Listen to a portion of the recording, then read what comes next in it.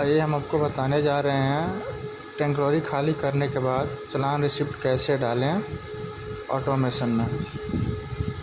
हम सबसे पहले वेट एंड मैनेजमेंट में आएंगे, उसमें टीटी रिसिप्ट में आएंगे। टीटी रिसिप्ट में हमें चेकलिस्ट मिलेगा भरने के लिए।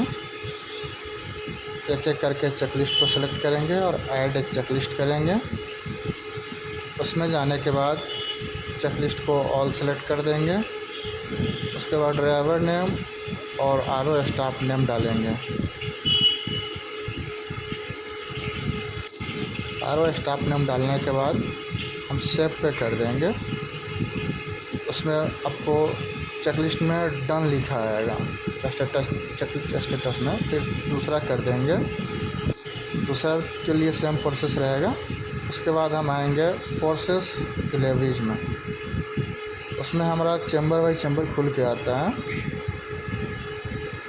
वहाँ पे आएगा टैंक नंबर हमको सेलेक्ट करना है, पेट्रोल है या डीजल है, यानी मोटर स्पीड या हाई स्पीड डीजल। उसके बाद डिलीवरी कितना हुआ ऑटोमेटिक आता है। उसके बाद इनवॉइस नंबर सेलेक्ट करना है।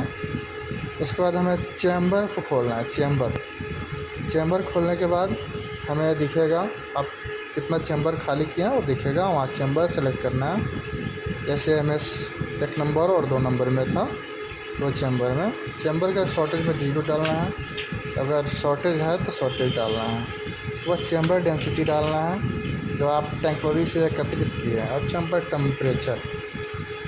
और उसके बाद दोनों, अगर 2 चैम्बर है तो दोनों में डालना है। 2 चैम्बर खुल के आएंगे। उसके बाद सेव करना है। उसके बाद फिर से नीचे हमें जो चैम्बर से लिया हुआ डेंसिटी है, डेंसिटी और टेम्परेचर, वो डालना है जैसा कि आप देख रहे हैं। उसके बाद हम करेक्ट डेंसिटी में जो चालान पे डेंसिटी लिख के आता है वो डालना है। उसके बाद सेव कर देंगे नीचे से। जैसा कि आप देख रहे हैं लिखेगा टीटी रिसिप्ट के बाद सेव सक्सेसफुली।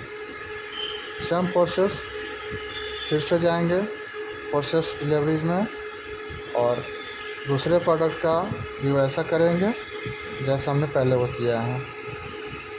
चालान नंबर यहाँ सेलेक्ट करेंगे। फिर चैम्बर में जितना चैम्बर हो हम वहाँ पे उसको क्लिक करेंगे, फिर सेव करेंगे।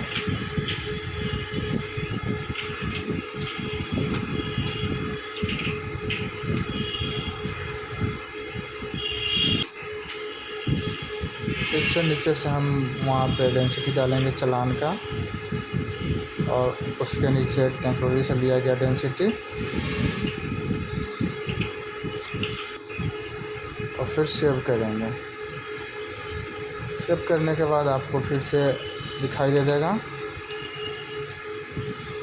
टीटी रिसिप्ट बाद सेव सक्सेसफुली। फिर ओके करेंगे। फिर आपका दोनों चैम्बर, दोनों प्रोडक्ट सेव हो गया टीटी रिसिप्ट। आप हिस्ट्री में यहाँ देख सकते हैं, आके आपको दिखाई देगा जैसा कि आज हमने 13/9/2025 को एंट्री किया है, और यहाँ 13/9 में दिखाई दे रहा होगा।